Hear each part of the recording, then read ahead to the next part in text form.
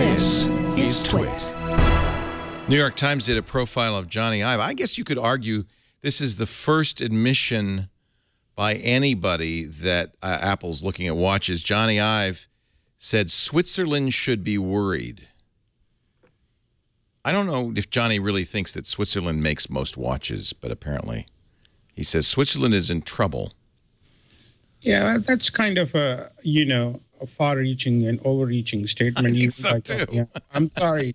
I mean, it's like, let's see what you got first before you make statements like that. I don't think you can make a boast like that, But that's how Apple's been lately. They've been big talkers.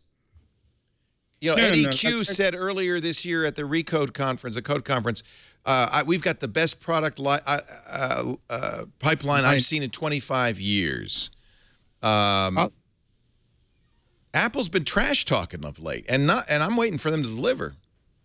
Well, I don't think it's trash talking. It was just like they were saying they have new products coming. But I do think that saying that what he might have meant is that the Swatch or the Switzerland industry relies on the fact that people want to put a watch on their wrist, and Apple will have a product which will take up their real estate.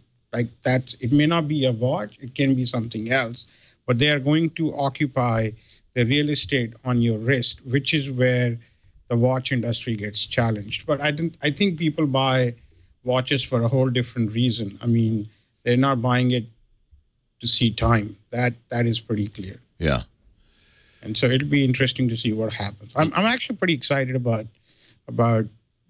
Tuesday, because that would also define in many ways, like, the future of Apple, whether, they got it or they're just full of, empty words.